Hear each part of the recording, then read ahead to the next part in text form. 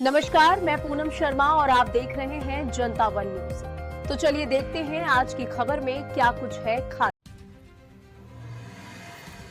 बरही से इस वक्त एक बेहद गंभीर और चिंताजनक खबर सामने आ रही है। हजारीबाग बरही इंटर कॉलेज का खेल मैदान, जो छात्रों के भविष्य और खेल प्रतिभा को निखारने का एकमात्र साधन है, आज भूमाफियाओं के अवैध कब्जे का शिकार होता जा रहा है। यह जमीन कॉलेज को दान स्वरूप मिली थी और राज्यपाल के नाम से दर्ज है। बावजूद इसके दबंग भूमाफिया बेखौफ होकर लगातार इस पर कब्जा करते आ रहे हैं। कॉलेज के सचिव और पूर्व विधायक प्रत्याशी बद्री यादव ने इस जमीन को बचाने के लिए भरसक प्रयास किए हैं।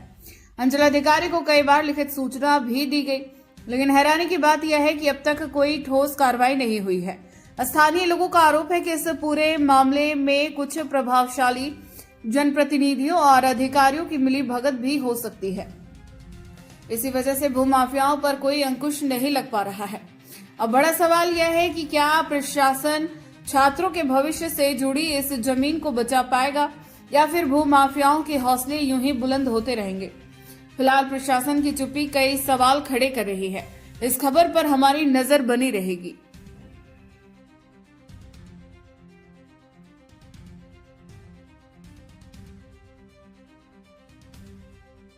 मुरारी गोपी हैं जो कि सेक्रेटरी हैं बरही इंटर कॉलेज के।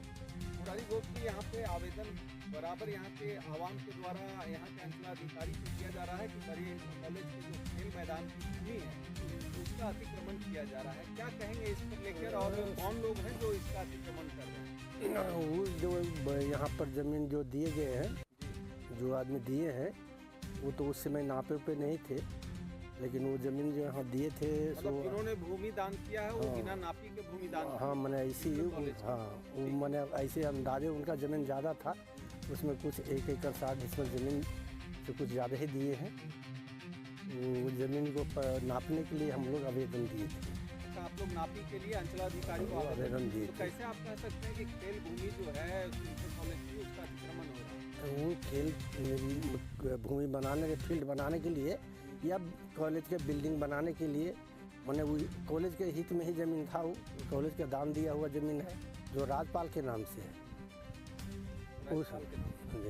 तो कौन वो लोग हैं जो इस जमीन का अतिक्रमण कर रहे हैं? तो सर अभी तो पता नहीं है, जब नापे जोखिम नहीं किया, लेकिन इस जमीन को पता नहीं चल रहा है। उसको नापे के लिए हम लोग नहीं दिए थे। अभी आपको सिर्फ आशंका है कि इसका अतिक्रमण किया जा रहा है। हाँ, इसी का क्लैरिफिकेशन के लिए आपने अंचलाधिकारी को आवेदन दिया था कि इसकी भूमि की नापी, जो अनुदान की जो भूमि थी वो प्रॉपर बच रही है या नहीं बच रही है, या फिर उस पर अतिक्रमण हो रहा है, इसकी जांच की मांग है। यही किए थे। अगर आपको लगता है कि इसका अतिक्रमण हो रहा है तो क्या मांग होगी आपकी सरकार से? या कि उसको ज़मीन को निकाल दिया जाए नाप करके, और जो भी अतिक्रमण जो है वो उन पर उनका होना उसका किया जाए। चाहे कि वो ज़मीन जो है राज्यपाल सरकार के है और वो इंटर कॉलेज बरही का है, नाम से दिया गया। मंडल कार्यालय में अरे वहाँ दिए थे, वहाँ से सीओ के यहाँ भी रेफर किया गया है। अभी तक लोग उनका कोई नापे जो कितना दिन पहले आपने आवेदन किया? हमारा लगता है कि सर 2 महीना 3 महीना हो गया होगा, लेकिन अब तक इस पर कोई कार्रवाई नहीं हुआ। और पहले भी एक एप्लीकेशन दिए थे हम लोग को, कई एक साल 2-3 साल हो गया सर। 2-3 साल हो गया, अब तक कोई कार्रवाई नहीं हुई। आश्वासन देते जा रहे हैं, आश्वासन देते जा रहे हैं, आ जाएंगे चला। देखिए, आज के डेट में कॉलेज में हम 2022 से आवेदन देते देते मैं परेशान हूँ। पहले थे अरविंद स्टोपो, जो कि इस पेपर को ना नुकुर करके इतना दूर तक ठेल दिए। दूसरे बार में आए अमित खालको, ये भी अपना काम नहीं किए, ये भी टाल मटोल कर रहे हैं। भू माफिया से मिली भगत से ये सीओ जितने भी आ रहे हैं, कर्मचारी और आपका सरकारी अमीन जो है, जिनको दिया गया हुआ है, ये सब लोग टाल मटोल करते हैं। क्योंकि भू माफिया जो है कि उनके ब्लॉग में कुछ रकम का फायदा के चक्कर में इतना उलझा कर रखे हुए हैं। मतलब आपको लगता है कि भू माफिया और यहाँ के अंचलाधिकारी या फिर जो भी प्रशासनिक व्यवस्था है भूमि विभाग से संबंधित, वो दोनों के आपसी का तालमेल है और उन लोगों का भांडाफोड़ नहीं हो जाए, इसलिए इस अतिक्रमण हो रहे भूमि की ना ही वो नापी करा रहे हैं, ना ही आपके आवेदन पर उन लोगों का ध्यान जा रहा है। क्या कुछ कहेंगे सेक्रेटरी साहब, ऐसा ही बात है? हाँ, बिल्कुल सही बात है। ये बिल्कुल सही बात है। तो क्या लगता है कि अगर इस प्रकार जो आपके बातों का टाल मटोल किया जा रहा है, आपने उपायुक्त को भी लिखा, आपने अंचलाधिकारी को भी लिखा, आपने अनुमंडल पदाधिकारी को भी लिखा, अब आपकी मांग नहीं हो रही है पूरी, तो वैसी स्थिति में क्या कहाँ तक जाएंगे आप आगे? और देखिए, जहाँ तक जाना है वहाँ तक चले गए हैं। आरटीआई भी किया हुआ है। आरटीआई में जो अमित खलाको है वो सीओ दिए हुए हैं, इसमें लिख के दिए हैं कि आरटीआई मेरा देख लो खोल के, लिख दिए कि उस ज़मीन पर कोई कार्यपाल नहीं हो रहा है। और मेरे नज़र के सामने में 78 खाता में पूरा गैर मजरूवा ज़मीन है और कुछ फॉरेस्ट है उसके सामने में। फॉरेस्ट का मैं अध्यक्ष भी हूँ।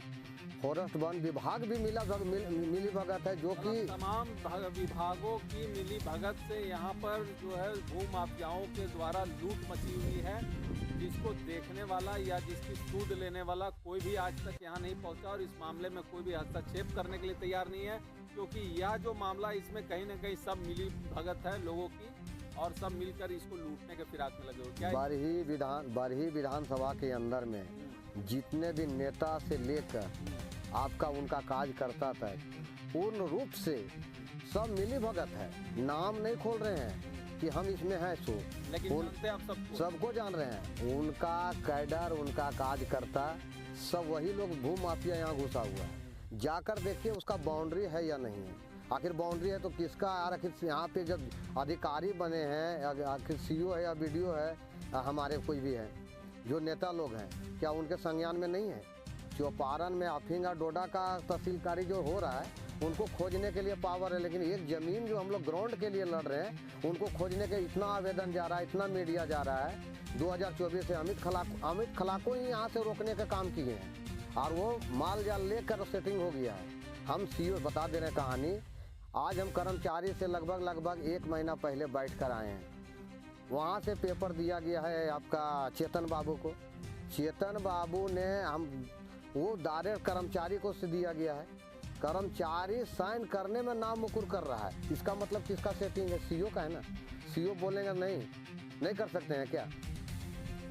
कहीं ना कहीं आला कमान से लेकर उच्च अधिकारी भी इसमें मिली भगत में शामिल हैं और सब मिलजुल कर जो है सो भू माफियाओं का जितना भी गैर कानूनी कार्य है उसमें उस सब की सहभागिता है और सब मिलजुल कर इस अतिक्रमण में लगे हुए हैं। अब आगे आपकी क्या रणनीति होगी? जिस प्रकार से आप प्रयासरत हैं और जितने दिनों से आपने आवेदन दे देकर परेशान हो गए हैं, अब आपका जो कमेटी है इंटर कॉलेज की, सेक्रेटरी साहब हैं और हमारे साथ आप भी हैं बद्री जी, तो आगे आप लोग क्या कीजिएगा? किस प्रकार से आप लोगों की आंदोलन की रणनीति आगे बदलेगी? नहीं सर, उसको हम लोग का जमीन को, कॉलेज का जो जमीन है उसको निकलवा दिया जाए, माफी करके हम लोग उनको बॉन्डिंग कर देंगे। मतलब आपका कहना है कि जो हमारे कॉलेज के नाम पर भूदान मिला हुआ है वो जमीन स्पष्ट रूप से निकाल दिया जाए, बाकी की जो भी बातें हैं उससे कोई आपको लेना देना। और आप वन विभाग के बारे में भी कुछ बतला रहे थे कि वन की भूमि है उसका भी अतिक्रमण हो रहा है। वन भूमि जो रखा हुआ है वो मिली भगत है और मिली भगत के कारण से इन लोग जो है कि इधर का बात उधर करते हैं, माल जाल खा के सेटिंग हो जाते हैं, काम नहीं करते हैं। बरही विधानसभा के अंदर में पूर्ण रूप से भूमि अगर जांच करे, अगर नहीं होगा तो मेरे सरकार के द्वारा 1 लाख रुपया डैमेज कसे, अगर खेती नहीं होता होगा तो। उनका सामने में बिल्डिंग है, उनका ऑफिस के सामने में बिल्डिंग बना हुआ है तब, और उसके बहुत बड़ा बिल्डिंग बना हुआ है। आई फैक्ट्री बना हुआ है। क्या फैक्ट्री से पूछा जाए कि कौन सा गरीब का मिला हुआ है, जो ज़मीन गया हुआ है उनको मुआवजा मिला हुआ है? आज फैक्ट्री से क्या कमीशन नहीं जा रहा है क्या? सरकारी विभाग में हर जगह जा रहा है और हर विभाग का चूप है।